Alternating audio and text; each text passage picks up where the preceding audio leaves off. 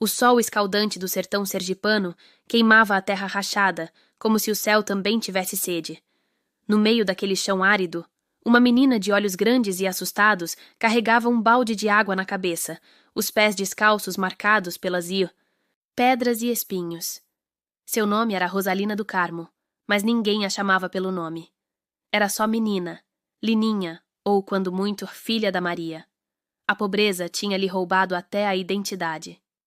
Rosalina nasceu em um casebre de taipa, no interior de Sergipe, onde o vento assobiava pelas frestas das paredes e a fome era uma companheira diária. Sua mãe, Maria do Carmo, lavava roupa para os ricos da cidade vizinha, enquanto seu pai, Zé, do barranco, sumia por dias, gastando o pouco que tinha em cachaça e jogos. Desde os 6 anos, Rosalina sabia o que era trabalhar. Levava comida para os porcos, capinava a roça e, quando sobrava um tempo, corria para a escola, onde muitas vezes era a única criança negra da sala. As outras crianças riam quando ela chegava com a mesma roupa rasgada, cheirando a fumaça de lenha. "Cabelo de bombril!" gritavam. Rosalina não entendia por que ser negra doía tanto. À noite, chorava abraçada a um velho travesseiro de palha, ouvindo a mãe tossir no outro. Canto do quarto. A tosse de Maria era úmida, profunda, como se algo dentro dela estivesse apodrecendo. Aos 12 anos, a vida de Rosalina desmoronou. Maria do Carmo caiu doente, e Zé do Barranco, em vez de buscar ajuda, vendeu a única cabra da família para comprar pinga. Quando Maria morreu, Rosalina foi entregue a uma tia distante, que a tratava como escrava.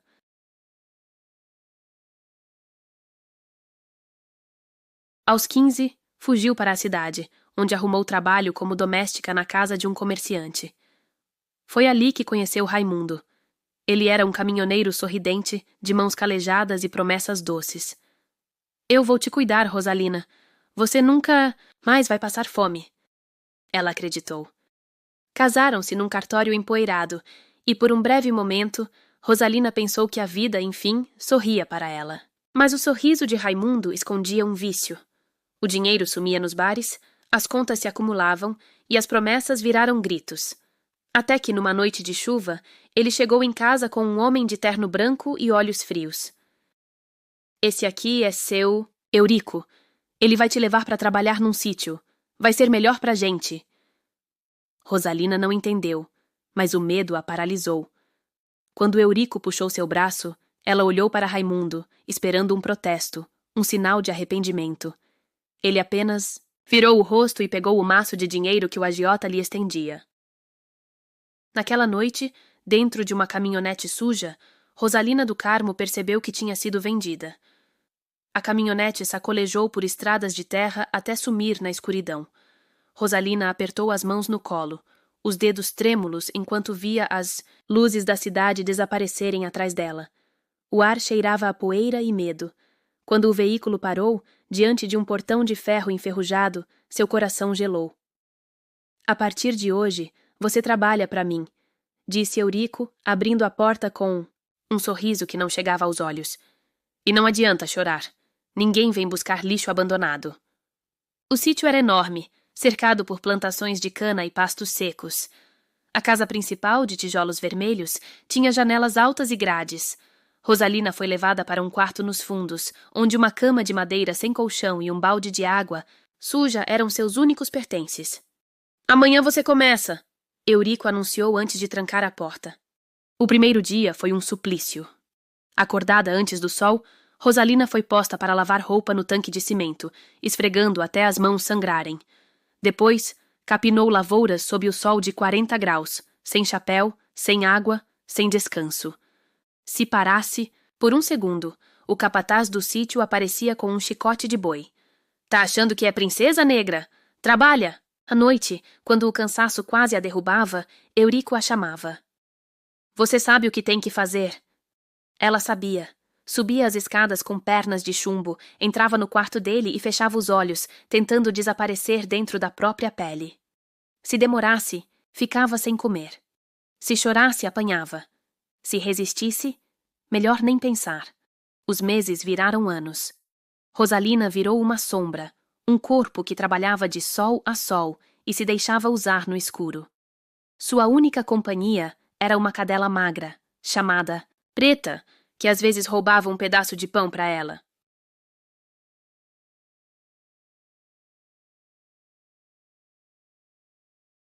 Pelo menos você me vê como gente, sussurrava Rosalina, afundando os dedos no pelo quente do animal. Até que, numa madrugada de tempestade, tudo mudou. Eurico chegou bêbado, mais violento que o normal.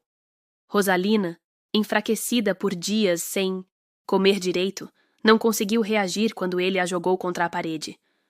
Você é minha, até morrer. Mas, no momento em que ele se distraiu, tirando o cinto, ela viu sua chance. Com uma força que não sabia que ainda tinha, Rosalina pegou um pedaço de madeira quebrado e acertou sua cabeça. Eurico caiu, grogue, e ela não esperou para ver se ele levantaria. Correu. A chuva caía em facas, encharcando sua roupa, escondendo seus rastros. Os latidos dos cães de guarda ecoavam atrás dela, mas Rosalina não olhou para trás. Pulou a cerca de arame farpado, rasgando a perna, e sumiu no canavial. Quando o sol nasceu, ela estava a quilômetros dali, ensanguentada, faminta, mas livre. A caminhonete preta sacolejou por horas em estradas esburacadas, levando Rosalina para longe de tudo que conhecia. O cheiro de cigarro e álcool impregnava o veículo, misturado ao suor frio que escorria pelas suas costas. Eurico dirigia em silêncio, apenas ocasionalmente lançando olhares que faziam seu estômago embrulhar. Quando finalmente pararam, a escuridão da noite escondia os detalhes do lugar, mas o portão de ferro rangendo ao abrir ecoou como um gemido de condenação. O primeiro impacto foi o cheiro, uma mistura de esterco, suor e algo podre que ficava no ar. O segundo foi o silêncio. Nenhum som de gente, apenas o vento assobiando entre as árvores secas. Eurico a puxou pelo braço com força, arrastando-a para dentro da casa principal, onde uma lâmpada fraca revelou móveis caros cobertos de poeira. Aqui você vai trabalhar, comer e dormir quando eu permitir, ele disse, cuspindo as palavras como se fossem veneno. E todas as noites às 9 em ponto, você vai estar no meu quarto. Se atrasar 1 minuto, vai passar fome. Se recusar, vai conhecer o porão. A rotina começou antes do amanhecer. Acordada aos berros, Rosalina era posta para lavar pilhas de roupa suja em um tanque de cimento, suas mãos ficando vermelhas e rachadas na água gelada. Depois, era enviada para a roça, onde capinava sob um sol que queimava como ferro em brasa. Os capatazes riam quando ela tropeçava, e se ela ousasse pedir água, recebia um sopro de cachaça na cara. Bebe isso, negra. Mata a sede e a vergonha. As refeições eram migalhas, restos de comida, jogados em uma tigela enferrujada. Muitas noites, ela dormia com o estômago roncando, encolhida no canto do quarto minúsculo que dividia com baratas e ratos.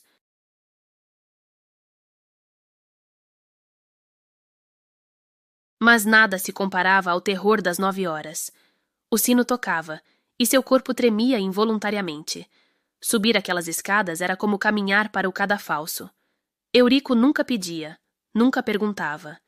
Ele tomava o que queria, e se ela chorasse, punição vinha depois. Às vezes um murro no estômago, outras vezes horas trancada no porão úmido, onde os grilos cantavam como um coro de zombaria. Os meses se arrastaram nesse pesadelo.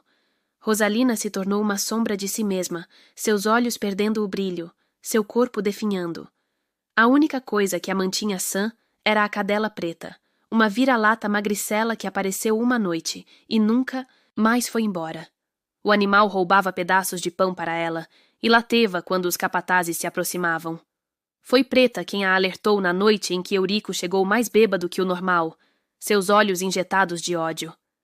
Ele a arrastou pelo cabelo, gritando sobre dinheiro perdido e dívidas não pagas. Quando ele ergueu o cinto de fivela, algo dentro de Rosalina estalou. Num ato de puro instinto, ela agarrou o candelabro de ferro que estava na mesa e acertou sua cabeça. O som do metal contra crânio ecoou pela casa. Eurico caiu como um saco de batatas, e ela não esperou para ver se ele se levantaria. Correu. Os gritos dos capatazes perseguiram-na enquanto ela pulava cercas e se escondia nos canaviais, seus pés sangrando, seu coração batendo como um tambor de guerra. Quando finalmente caiu exausta em um barranco, a primeira luz do amanhecer revelou uma estrada poeirenta. Rosalina não sabia para onde ia, mas sabia uma coisa: nunca mais voltaria para aquele inferno. Enquanto arrastava seu corpo dolorido em direção ao desconhecido, uma única palavra ecoava em sua mente: liberdade. Agora, longe do sítio, ela precisaria enfrentar um novo tipo de batalha: sobreviver na cidade, juntar dinheiro para pagar a dívida que ainda pesava sobre seus ombros e talvez, quem sabe, encontrar uma maneira de se vingar daqueles que a destruíram. Mas isso seria uma história para outra noite. Por enquanto, ela tinha apenas a estrada, o medo e a determinação de nunca mais deixar ninguém definir seu valor. Barro gelado da estrada vicinal grudava nos pés descalços de Rosalina enquanto ela corria cega de terror. Cada passo era uma facada nos pulmões, cada respiração um risco de ser ouvida pelos capangas que certamente já estavam em seu encalço. O vestido rasgado batia em suas pernas como um estandarte de derrota, mas seu coração pulsava com uma força nova. O instinto selvagem de sobrevivência que nem Eurico conseguira arrancar dela. A madrugada a encontrou escondida no carroceirão de um caminhão de verduras que seguia para Aracaju. Enroscada entre caixas de jiló e maxixe, Rosalina chorou silenciosamente quando os primeiros prédios da cidade apareceram no horizonte. A última vez que vira aquelas luzes, ainda acreditava no amor de Raimundo. Agora, chegava como um animal, acuado, com o cheiro de sangue e medo impregnado em sua pele. Os primeiros dias na capital foram de puro instinto. Dormiu em terrenos baldios, escondida entre entulhos. Lavou-se com água de mangueira roubada de postos de gasolina. Quando a fome apertou demais, descobriu que atrás do mercado municipal, os feirantes jogavam fora frutas amassadas ainda boas para comer. Foi ali, revirando lixo, que Dona Marta a encontrou. "Menina, você tá mais morta que viva", disse a velha quituteira, puxando-a pelo braço ossudo. A casa de Dona Marta cheirava a dendê e segurança. Enquanto Rosalina devorava um prato de mingau de milho, a velha contou sobre os 3 empregos que precisava preencher: faxina num motel de beira de estrada, lavadeira numa pensão suja e ajudante de cozinha num boteco do centro. Assim começou a nova vida de Rosalina. Acordar às 4 horas para lavar lençóis manchados de pecado no motel, às 11 horas esfregar banheiros imundos na pensão e à noite lavar pilhas de pratos gordurosos no bar até as mãos sangrarem.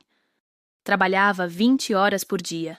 Dormia em um cubículo atrás da cozinha, e todo centavo era escondido num saquinho plástico enterrado sob uma telha solta. As noites eram as piores. Cada barulho na rua fazia seu corpo se encolher, certa de que Eurico havia finalmente a encontrado. Sonhava com o sino das 9 horas, acordando em pânico com a sensação de mãos grosseiras em seu corpo. Nessas horas, bebia um gole da cachaça que Dona Marta deixava na cozinha. O mesmo líquido que destruíra seu marido, agora seu único alívio. Foi num desses dias intermináveis que o destino pregou sua peça. Enquanto esfregava o balcão do bar, ouviu uma voz que fez seu sangue gelar. Raimundo, seu ex-marido, estava ali, pedindo fiado ao dono do estabelecimento. Mais magro, os olhos amarelados, as mãos trêmulas de abstinência. Quando seus olhos se encontraram, Rosalina viu, nele, o mesmo medo que sentira no sítio. "Você... tá viva!" Ele gaguejou, recuando como se visse um fantasma. Em vez da raiva esperada, Rosalina sentiu apenas um cansaço infinito. Enquanto Raimundo se encolhia explicando que Eurico o perseguia por dívidas não pagas, ela percebeu algo terrível. Mesmo depois de tudo, ainda amava aquele homem. Amava e odiava na mesma medida. Naquela noite, com as economias de meses escondidas no sutiã, Rosalina tomou uma decisão que mudaria tudo. Pagaria a dívida. Não por Raimundo, não por Eurico, mas por si mesma. Só assim seria verdadeiramente livre. No dia seguinte, antes do sol nascer, ela desenterrou o dinheiro suado de anos de trabalho. As notas estavam úmidas, algumas mofadas, mas todas lá. R$ 7.500, o preço que Eurico colocara em sua vida. Enquanto contava as cédulas pela última vez, Rosalina do Carmo fez uma promessa silenciosa. Depois desse dia, nunca mais deixaria ninguém ditar seu valor. O ônibus interestadual balançava como um barco em mar revolto, enquanto Rosalina apertava contra o peito a bolsa de pano onde guardava todo o dinheiro que juntara em 3 anos de trabalho escravo. 7.500 reais em notas velhas, algumas grudadas pelo suor de suas mãos. O motorista anunciou Canindé do São Francisco, e seu coração acelerou. Era ali, naquele município esquecido por Deus, que Eurico mantinha seu escritório, disfarçado de agência de empréstimos agrícolas. O calor do meio-dia queimava a pele negra de Rosalina quando ela desceu na praça central. As pessoas na rua pareciam normais, mulheres fazendo compras, homens tomando cerveja no boteco. Ninguém sabia o que acontecia no sítio distante, nos quartos escuros onde Eurico quebrava almas como quem descasca laranjas. A porta do escritório rangiu quando ela entrou. O cheiro de cigarro e mentolado enchia o ar. 2 capangas jogavam cartas num canto, mas foi a figura atrás da mesa que fez seu sangue gelar. Eurico engordara, seu terno branco agora apertado. Sobre a barriga, os mesmos olhos de cobra examinando-a de cima a baixo. Bom dia, seu Eurico. Rosalina falou com voz que não tremeu, embora suas pernas ameaçassem ceder. Vim pagar a dívida do Raimundo. O silêncio que se seguiu foi cortado pela risada grosseira do agiota. 3 anos fugida e a negra volta achando que tudo se resolve com dinheiro? Ele levantou, circulando-a como um urubu. Você sabe que a dívida aumentou, né? Juros, correção.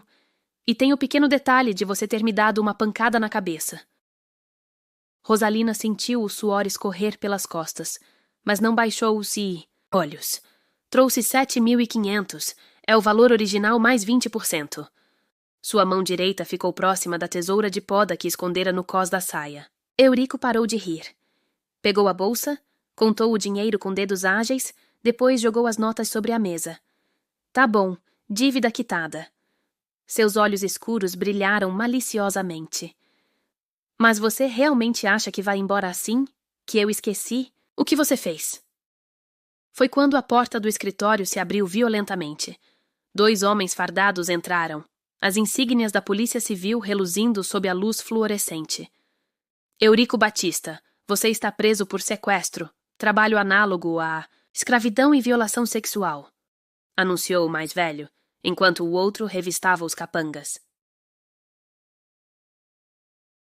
Rosalina não sabia que chorava até sentir as lágrimas escorrendo pelo rosto.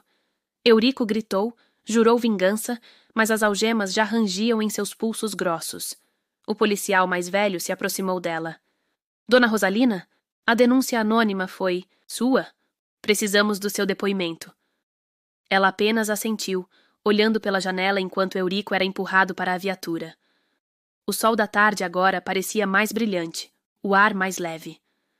Naquele momento, Rosalina do Carmo entendeu que seu verdadeiro pagamento não estava naquela bolsa de dinheiro, mas no silêncio quebrado, na justiça que finalmente chegara. Enquanto caminhava para a delegacia, passou em frente a uma lojinha de tecidos. Na vitrine, um vestido azul claro chamou sua atenção, a cor do céu depois da tempestade. Pela primeira vez em anos, Rosalina sorriu. Talvez houvesse vida depois, do inferno. Talvez ela merecesse mais do que apenas sobreviver. Mas primeiro, precisava encontrar Raimundo. Precisava fechar todos os ciclos antes de começar sua nova história. O próximo capítulo a esperava na porta de um bar qualquer, onde um homem quebrado descobriria que, mesmo depois de tudo, ainda existia perdão no mundo. A chuva fina caía sobre Aracaju quando Rosalina encontrou Raimundo pela 2ª vez desde sua fuga. Ele estava encolhido na porta do bar do Zé Maria, o mesmo local onde anos atrás afundara a família em dívidas. Agora, parecia uma sombra, daquele homem robusto que um dia jurou amá-la. Os ossos salientes sob a camisa suja, os olhos amarelados pelo alcoolismo, as mãos trêmulas segurando uma garrafa de pinga vazia. Você pagou? Raimundo engoliu seco quando viu Rosalina parada diante dele, vestida com roupas limpas que comprara com seu primeiro salário honesto. Eurico me disse que você... Paguei tudo. Rosalina surpreendeu-se com a calma de sua própria voz. inclusive os juros que ele inventou depois. O ex-marido começou a chorar, soluços que vinham das profundezas de um homem arruinado. Eu mereci morrer na vala, Rosalina. Mereci tudo o que Eurico fez comigo depois que você fugiu. Seus dedos sujos agarravam a barra do vestido novo dela. Ele me usou como você, me botou para cavar vala até desmaiar. Eu tô morrendo, Rosalina. O médico disse que meu fígado... Ela se abaixou até ficar no mesmo nível daquele homem caído, como quem olha para uma criança perdida. O cheiro de urina e cachaça era quase insuportável, mas Rosalina não recuou. Levanta, Raimundo. Você vai tomar um banho e comer algo. Decente. Na pensão barata que alugara, Rosalina esfregou as costas do ex-marido como se ele fosse um filho doente. A água que escorria pelo ralo era negra de sujeira acumulada. Quando ele começou a tremer de abstinência, ela amarrou seus pulsos com panos macios para que não se machucasse. Por que você faz isso por mim? Raimundo perguntou entre dentes cerrados, o suor frio escorrendo por seu rosto. Eu te vendi como gado! Rosalina molhou seus lábios rachados com um pano úmido antes de responder. Porque hoje eu escolho ser livre, e não há liberdade com ódio guardado no peito. Ela não disse que ainda o amava. Não precisava. Quando o sol raiou, ela o levou até a casa de recuperação São Miguel, onde freiras cuidavam de dependentes químicos. Se você ficar sóbrio por 1 ano, venha me procurar. Foram suas últimas palavras antes de deixá-lo chorando no portão. Rosalina sabia que talvez nunca mais o visse. Mas naquela manhã, carregando apenas uma pequena mala com seus pertences, ela sentiu algo que há muito tempo não experimentava: paz. A caminho do ponto de ônibus, parou diante de uma pequena loja de conveniência. Na vitrine, um cartaz anunciava: Vende-se. Rosalina do Carmo sorriu pela 2ª vez em 1 semana.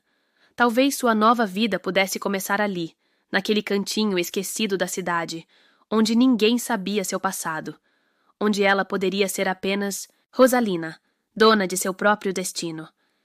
Mas o destino, como sempre, tinha outros planos. Naquela mesma noite, quando fechava as cortinas de seu novo quarto alugado, ouviu passos pesados no corredor. O cheiro de cigarro caro invadiu seu nariz antes mesmo da voz rouca ecoar do outro lado da porta. Pensei que tinha te avisado, negra. Dívida comigo só se paga de um jeito. Era Eurico, livre da cadeia, e dessa vez ele não vinha sozinho. Maçaneta girou antes que Rosalina pudesse travar a porta. O coração disparou como um cavalo encurralado quando aquele cheiro invadiu o quarto, mistura de álcool caro e o mesmo perfume amadeirado que Eurico usava nas noites de terror no sítio. Seus dedos encontraram a tesoura de costura debaixo do travesseiro, mas quando se virou, viu que ele não estava sozinho.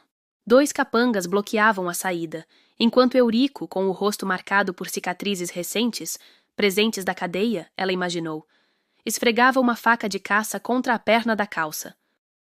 Policiais corruptos são uma maravilha, não é, negra? Ele riu, mostrando um dente de ouro que não tinha antes. Passaram 3 dias e já tô solto. E você achando que tinha ganhado de mim? Rosalina sentiu as pernas tremendo, mas a voz saiu firme. A dívida está paga. Até recibo tem. Eurico cuspiu no chão. Recibo não paga os meus 3 meses. Na cadeia, nem o que você me fez. Aproximou-se e o cheiro dele fez o estômago de Rosalina revirar. Hoje você vai aprender o preço de mexer com Eurico Batista. Foi quando os primeiros sons de sirene cortaram a noite. Eurico congelou, os olhos arregalados. Rosalina não entendia. Ela não chamara a polícia. Até que ouviu a voz de Dona Marta gritando no corredor. Tá aqui, doutor! Eu vi eles entrando! Na casa da menina! O agiota bufou enfiando a faca no coldre. Isso não acaba aqui! Rosnou, cuspindo as palavras no rosto dela. Antes de sair, deu um soco no armário, fazendo o espelho quebrar em estilhaços. Plantei tanto medo em você que nem precisa de corrente para te manter presa. Você vai me esperar toda a noite tremendo até o dia que eu voltar. Quando os policiais invadiram o quarto, encontraram Rosalina encolhida no canto, segurando os cacos de espelho como armas. O mais jovem, ao ver seu rosto, empalideceu. Dona Rosalina? Sou o irmão da Mariana, a menina que você ajudou na pensão.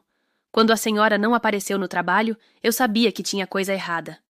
Enquanto anotavam o ocorrido, Rosalina olhou os estilhaços no chão. Em cada fragmento, seu reflexo parecia diferente. Uma mostrava a menina assustada do sítio, outra a mulher que enfrentara Eurico no escritório. Mas foi o último pedaço, preso na porta, que mais a intrigou. Lá estava uma Rosalina que ela mal reconhecia.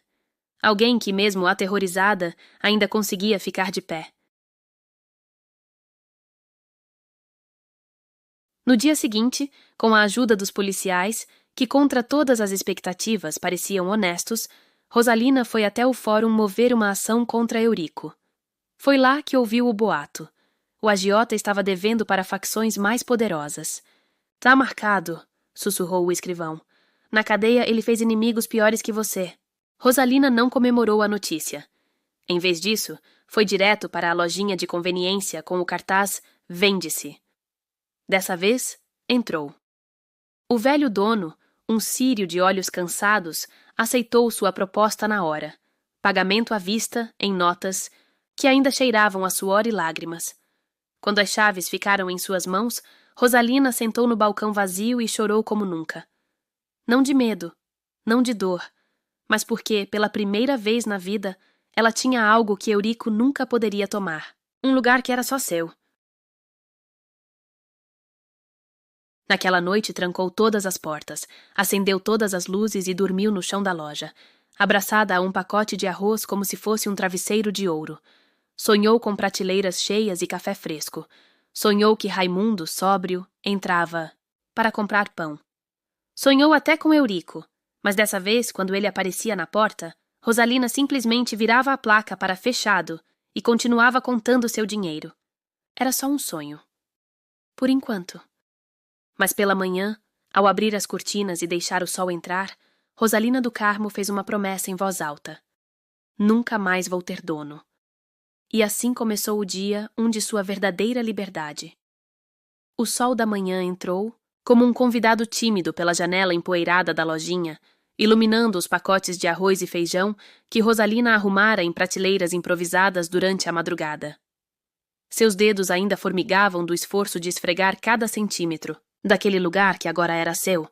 O cheiro de água sanitária e sabão em pó misturava-se ao aroma do café que fervia num fogareiro no canto. Sua primeira refeição como dona de comércio. Rosalina olhou para o letreiro pintado à mão que colocara na porta. Vendas do Bésito são Carmo, fiado só para quem honra. As palavras eram mais que uma política de negócios. Eram um manifesto. Ali, nenhum marido endividaria a esposa, nenhum agiota assombraria os corredores. Ela sabia o preço de uma dívida não paga. E não... Seria esse o legado de sua loja? O sino da porta tilintou pela primeira vez às 6h15 da manhã. Era Dona Marta, trazendo um tabuleiro de bolos ainda quentes. Para a inauguração, disse a velha amiga, os olhos marejados ao ver Rosalina atrás do balcão. Você merece mais que... Isso, mas é o que eu tenho. Ao longo do dia vieram outros. A menina Mariana, que Rosalina ajudara na pensão, trouxe flores colhidas no canteiro da favela.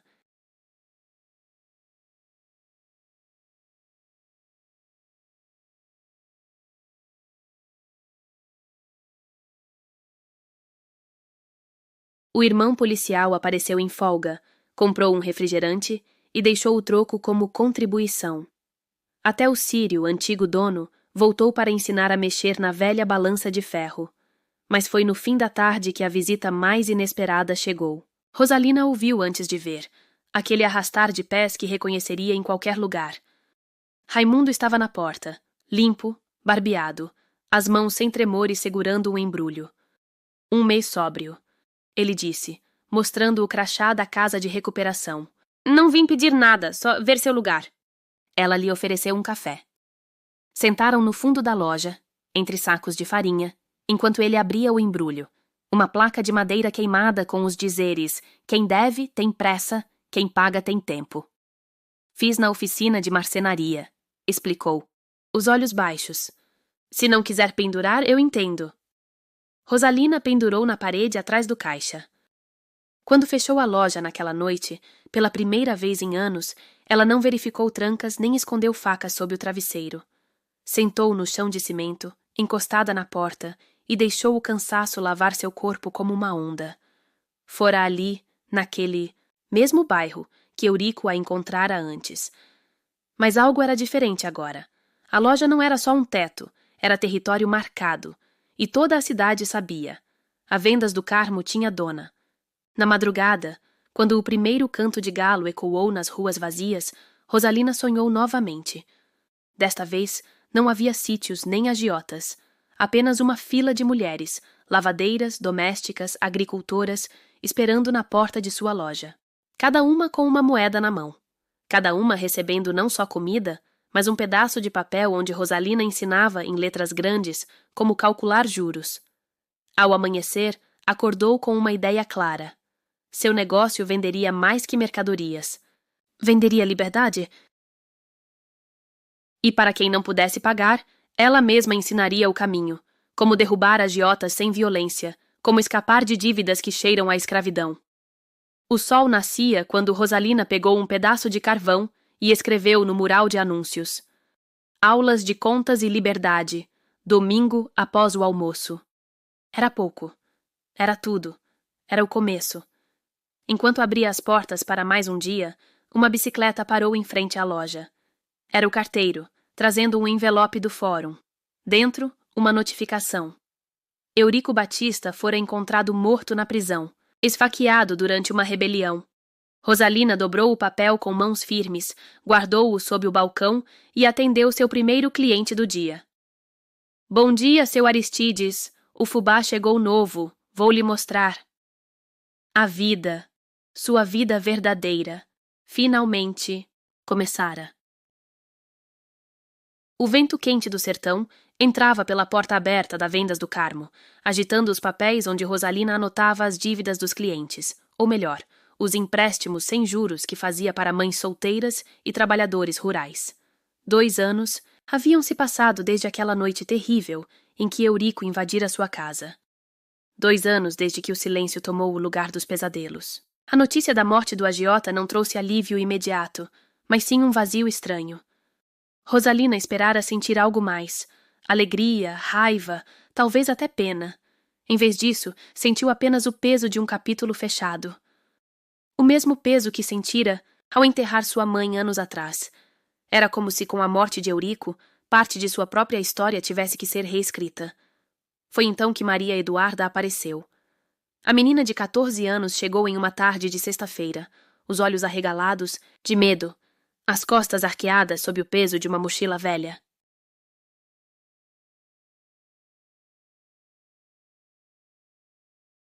Minha mãe mandou eu pedir fiado, sussurrou, mostrando uma lista escrita em um pedaço de papel de pão. Rosalina reconheceu a letra trêmula. Era de Dona Lúcia, a costureira do bairro que sumira das aulas de contas há 3 semanas. Onde está sua mãe, menina? Rosalina perguntou, já enchendo um saco com arroz, feijão e leite em pó. Maria Eduarda mordeu o lábio antes de responder. Ela tá escondida. O homem novo dela, ele tá devendo pro pessoal do jogo. Disseram que se não pagar até sábado, vão pegar eu no lugar. O sangue de Rosalina esquentou como cachaça em ferida aberta. De repente, ela não estava mais na loja, mas de volta ao sítio, ouvindo o sino das 9 horas. O ciclo se repetia. Naquela noite, pela primeira vez desde que abrira o negócio, Rosalina fechou as portas mais cedo. Seguiu Maria, Eduarda até o casebre onde Dona Lúcia se escondia, uma construção de madeira podre atrás do cemitério. Quando a costureira abriu a porta, Rosalina quase não a reconheceu, o olho roxo, os braços cheios de hematomas em formato de dedos. Quanto ele deve?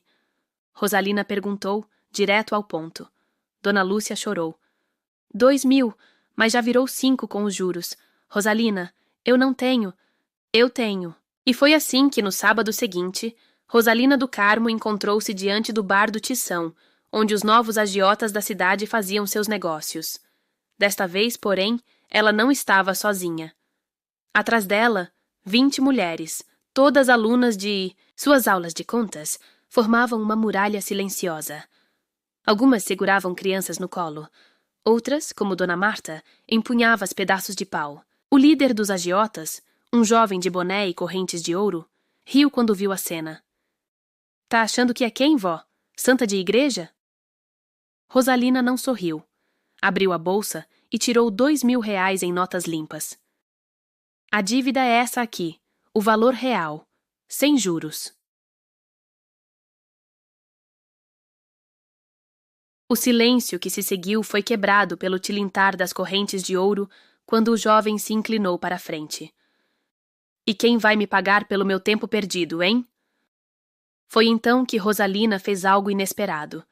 Pegou um envelope do bolso e despejou. O conteúdo na mesa. Fotos. Fotos dele com a namorada no shopping. Fotos da mãe dele indo à missa. Fotos da irmã mais nova na escola. Eu aprendi uma coisa com Eurico Batista, Rosalina disse, a voz mais fria que o inverno sertanejo. Dívida é poder, mas hoje o poder tá comigo. O agiota empalideceu. As fotos circulavam entre os capangas, que agora cochichavam assustados. Rosalina continuou. Você aceita esses 2.000 e rasga o papel da dívida. Ou amanhã essas fotos vão parar na mesa dos seus chefes, junto com umas outras que eu tenho aqui. Ela tocou o segundo envelope no bolso, sem mostrar. O acordo foi fechado em 5 minutos.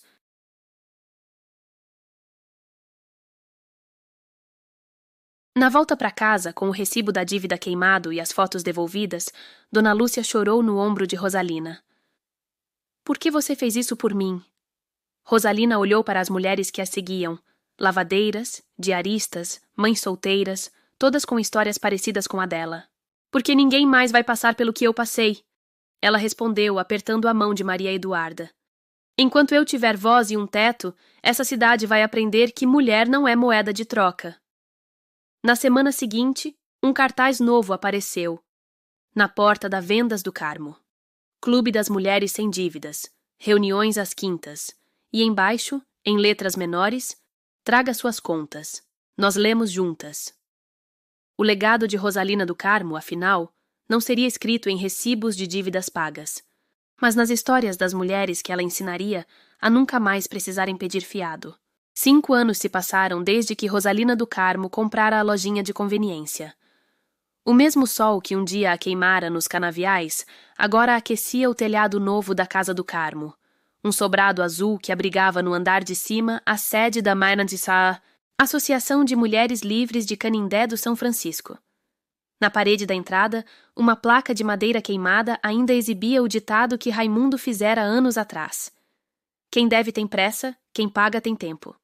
Naquela manhã de sábado, enquanto preparava café para as 20 mulheres reunidas na sala, Rosalina ouviu a campainha tocar. Esperava a entrega de farinha, mas ao abrir a porta, deparou-se com uma cena que a fez segurar o batente para não cair.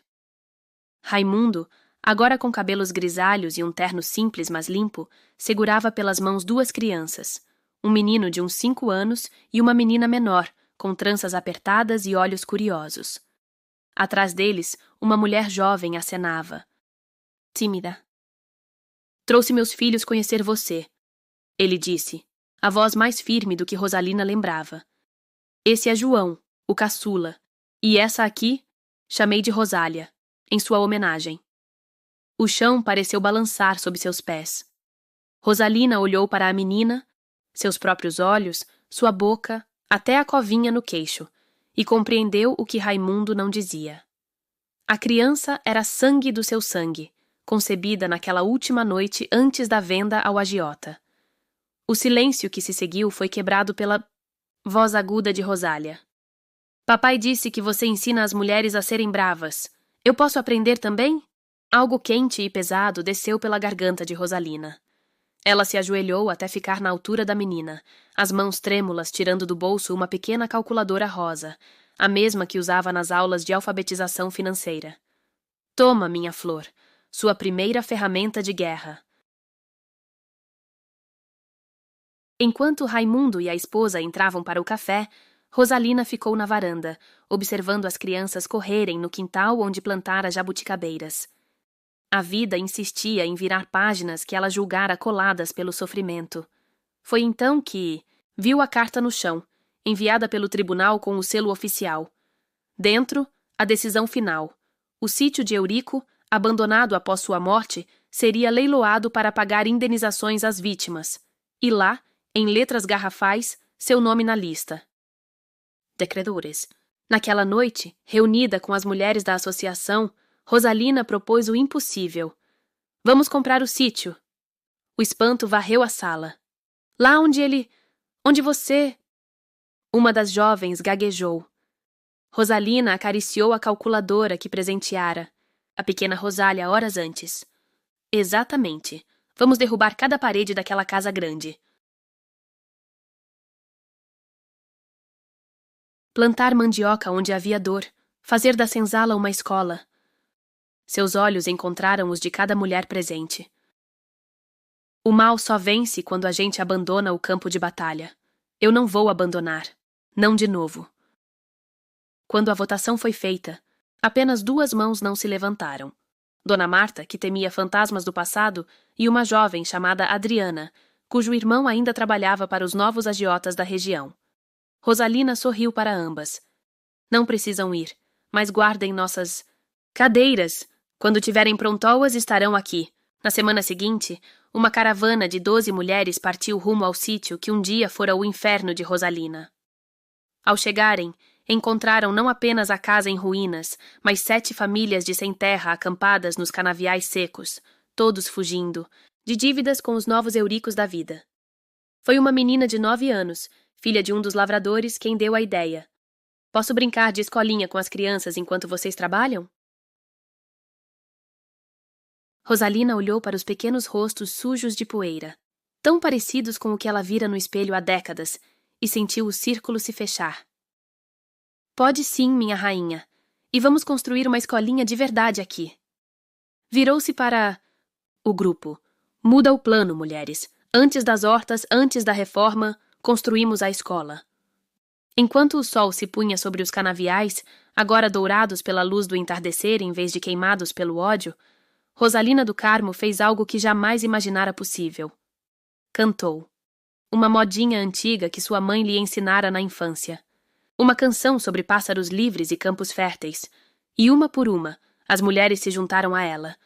O sítio de Eurico Batista nunca mais seria o mesmo, assim como nenhuma delas. O céu sobre o antigo sítio de Eurico estava pintado de roxo e laranja quando Rosalina, agora com os cabelos grisalhos presos num rabo de cavalo desleixado, subiu no palco improvisado. Diante dela, 200 pessoas, mulheres do clube, filhos, que nasceram livres, homens que aprenderam a respeitar, até alguns ex-capangas arrependidos, esperavam seu discurso na inauguração oficial da Escola Livre do Carmo. O microfone falhou quando ela tentou falar. Rosalina riu, jogou-o de lado e usou a voz que construíra gritando sobre o barulho de enxadas no canavial. Quando eu tinha 7 anos, minha mãe me disse: Rosalina, a gente só é realmente escravo quando para de sonhar. Naquela noite, sonhei que comia bolo de milho até empanturrar. Risadas sacudiram a plateia. Crianças se aconchegaram nos colos das mães. Depois, quando Eurico me trancava no porão, eu sonhava com um rio tão grande que levaria todo aquele mal embora. Quando lavava roupa até as mãos sangrarem, sonhava.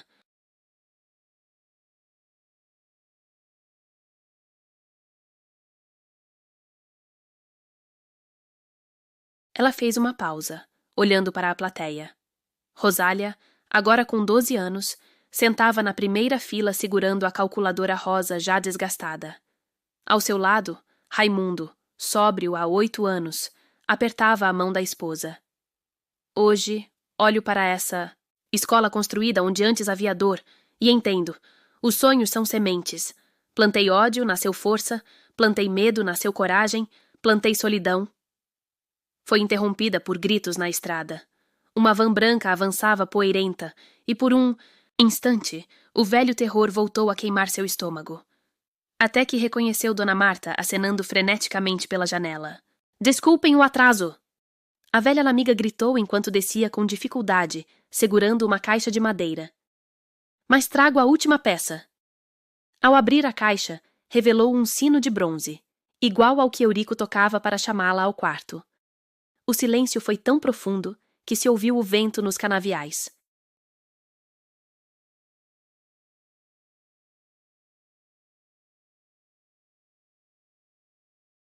Rosalina desceu do palco, pegou o objeto com mãos firmes e o suspendeu para todos verem.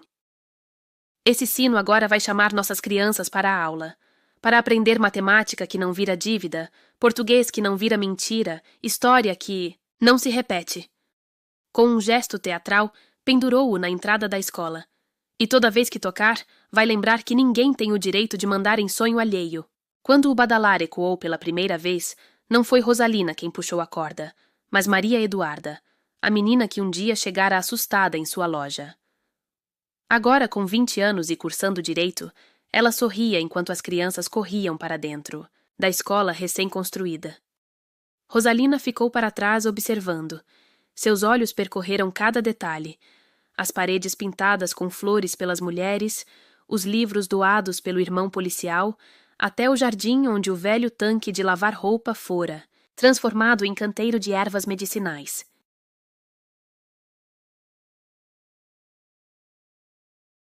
Dona Marta se aproximou, oferecendo um copo de suco de maracujá. Cadê seu discurso bonito, hein? Tava ensaiando há semanas. Rosalina apontou para a cena diante delas. Tá aí meu discurso. Naquele instante, Rosália saiu correndo da escola, segurando uma folha de papel. Vó, fiz uma redação sobre o que quero ser quando crescer. Posso ler? Sem esperar resposta, a menina anunciou. Quero ser como minha avó Rosalina, mas com um escritório de advocacia para defender as mulheres, e de noite vou cantar no coral da igreja, e nos fins de semana... Rosalina riu, puxando a neta para um abraço. Cheirava a giz e jabuticaba. Nada de medo ou suor frio. Enquanto o sol se punha sobre a escola cheia de vida, Rosalina do Carmo finalmente entendeu o que sua mãe quis dizer tantos anos atrás.